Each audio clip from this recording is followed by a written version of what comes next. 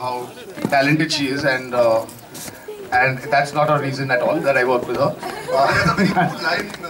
Yeah, she's वो पहले मेरी आशिकी थी, फिर विलन बनी, now she's my half girlfriend.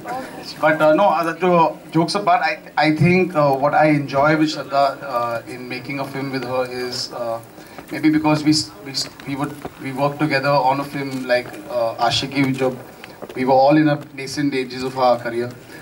I still till today, when I walk onto the set, I get Shraddha Kapoor, who comes with the same innocence that she worked with me in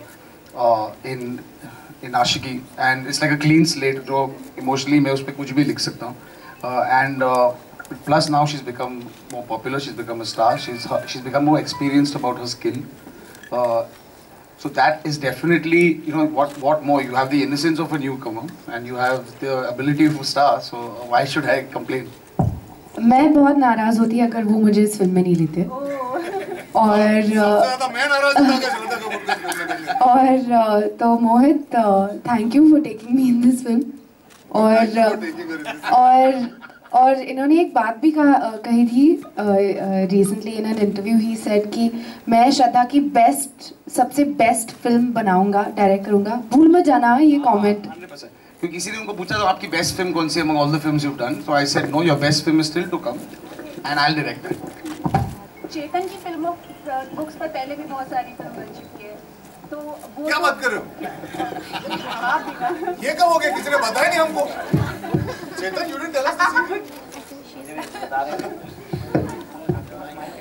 क्योंकि वो किताबें बहुत पहले आ चुकी थी, फिर film आई, अभी recently आई, और अब फिर नहीं मैम 2 साल लगे मुझे स्क्रिप्ट लिखने में. नहीं, क्योंकि अभी भी लोगों के जहन में वो जिंदा है. वो पूरा कौन सी हाफ गर्लफ्रेंड. हाँ, तो दैट्स गुड ना. तो आपको नहीं लगा कभी कि बहुत ज्यादा कंपैरिजन होगा? आप लोग सोचेंगे कि अभी पढ़ा, अभी देख रहे हैं, तो कुछ चेंजेस हुए कि एज इट इज आपने यूज किया है? और अच्छा, ये तो 3 क्वेश्चन है, मैं आंसर देता हूँ एक-एक करके.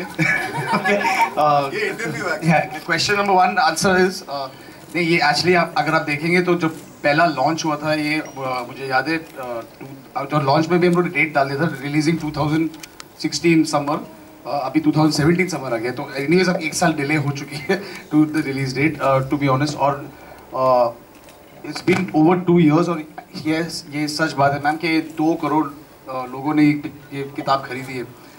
लोगों को अक्सर लगता है कि आपको किताब मिल जाए तो इट्स वेरी इजी, स्टोरी तो हो गई है, वो तो सेल्यूलॉइड पे लाना है, लिखने का काम ही चला गया. बट मुझे ये अंदाज़ा ही नहीं था कि इतना मुश्किल होता है, क्योंकि एक पूरी किताब को 2 घंटे में एक पिक्चर में बताना, और हम लोग गाने भी ऐड करते हैं, तो वो पूरा प्रोसेस कैसे करते हैं. और क्या है दूसरी बात कि 2 करोड़ लोग ने जो भी उनका ओपिनियन है बुक के बारे में, उन्होंने प्यार किया है कैरेक्टर से, उसको जस्टिफाई करना उनको, क्योंकि हर कोई अपना खुद का इंटरप्रिटेशन करता है जब किताब पढ़ता है.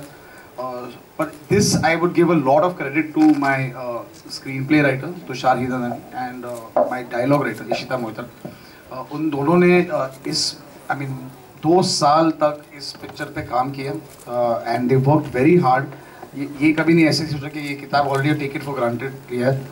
जो सीन नहीं होना था, जो निकालना था, जो रखना था, वो सब it was a collective decision. And I think हमें अप्रूवल तब मिला जब स्क्रिप्ट खत्म होने के बाद हम चेतन के पास गए थे to read it, and he said this is a true adaptation of what I could do for my book. तो इमोशनली वो सब रखा है, जो भी इस पिक्चर की जो इमोशनल प्लॉट पॉइंट्स है वो सब है.